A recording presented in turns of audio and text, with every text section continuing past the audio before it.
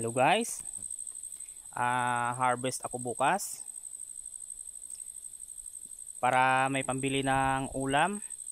Pang ulam lang muna yung solusyon sa bunga ng aking kalamansi kasi hindi pa naman di pa bulyuman yung bunga. Hindi pa kasi totally na may bunga lahat yung mga puno. Kaya pambili lang muna to ng ulam, kape. So, okay lang kahit paano ay magkakapira din ako sa bunga ng aking kalamansi. Bali ito yung haharvestin ko bukas. Kasi bukas ay Miyerkules at saka Huwebes ay market day.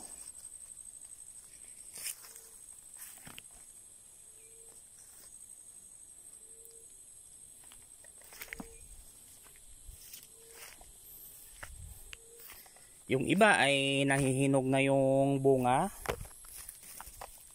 Yung iba ay nalalaga sa ilalim dahil sa hinog na. Bali, pangatlong ani ko na po ito. Kasi sa nakaraan kong vlog ay bali 3 patong yung mga bunga. Kaya ito yung last ay medyo malaki na rin. At pwede na ibenta. Kahit paano ay hindi talaga mawala ng bunga. Kasi nga mayroon akong pang suporta sa puno ng aking mga kalamansian. So ito medyo madilaw na nga yung dahon. Kailangan talaga nito ay gamitan naman ng pulyar para maging kulay berde yung mga dahon.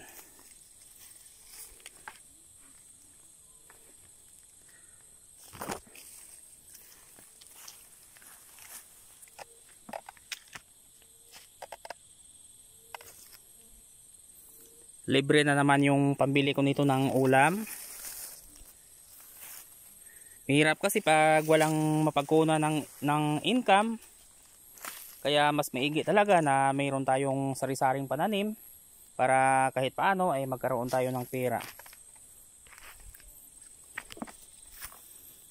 Hindi pa talaga bulyuman yung pagbinta ko ng kalamansi kasi hindi lahat na punuan ay may bunga.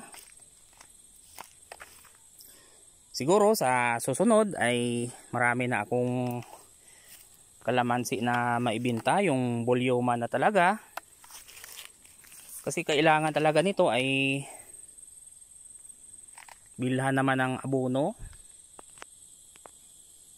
Pag ganito kasing tag-init ay hiyang ng kalamansi na lagyan ng synthetic na abono, yung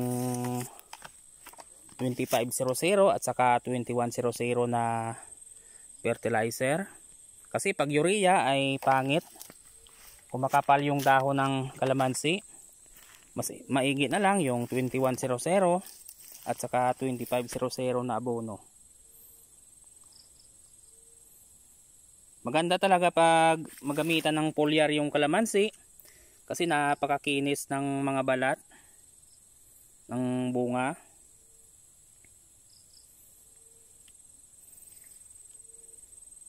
At medyo madamo na nga. Kailangan naman linisin yung mga puno para steady palagi yung pagbigay ng bunga. So bukas ng umaga ay dito naman ako mag-harvest. Kahit paano ay nalilibang ako dito sa aking mga pananim pag makita kong may makukuha naman na malalaking bunga.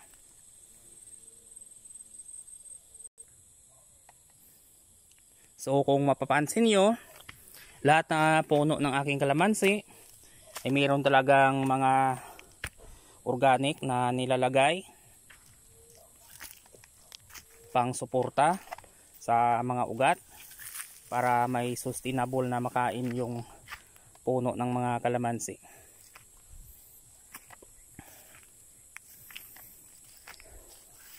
Kailangan na naman ng pulyar Kasi medyo madilaw na yung dahon. Ibig sabihin ay wala ng nutrients na makakain yung ibang kalamansi.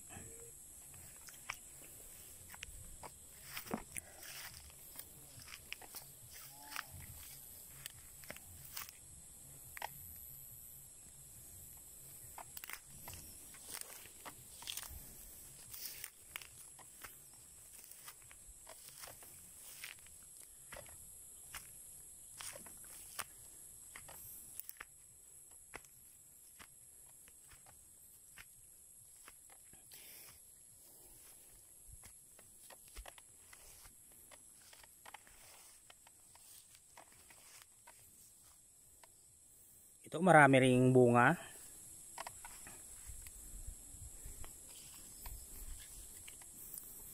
So nakakawala talaga ng pagod pag mayroon tayong mga tanim at makita natin na mayroon ng maraming bunga.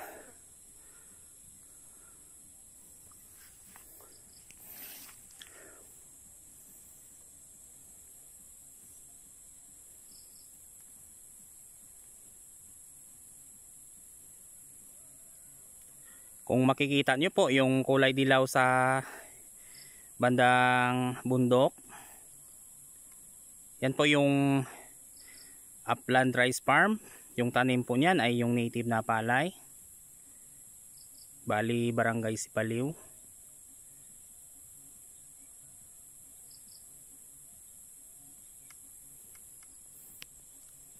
So ganito talaga yung buhay ko dito guys, dito sa farm. Pag ganitong hapon ay parang nakakalungkot na dito kasi medyo madilim na. Pero nasanay na rin ako na walang kasama dito palagi.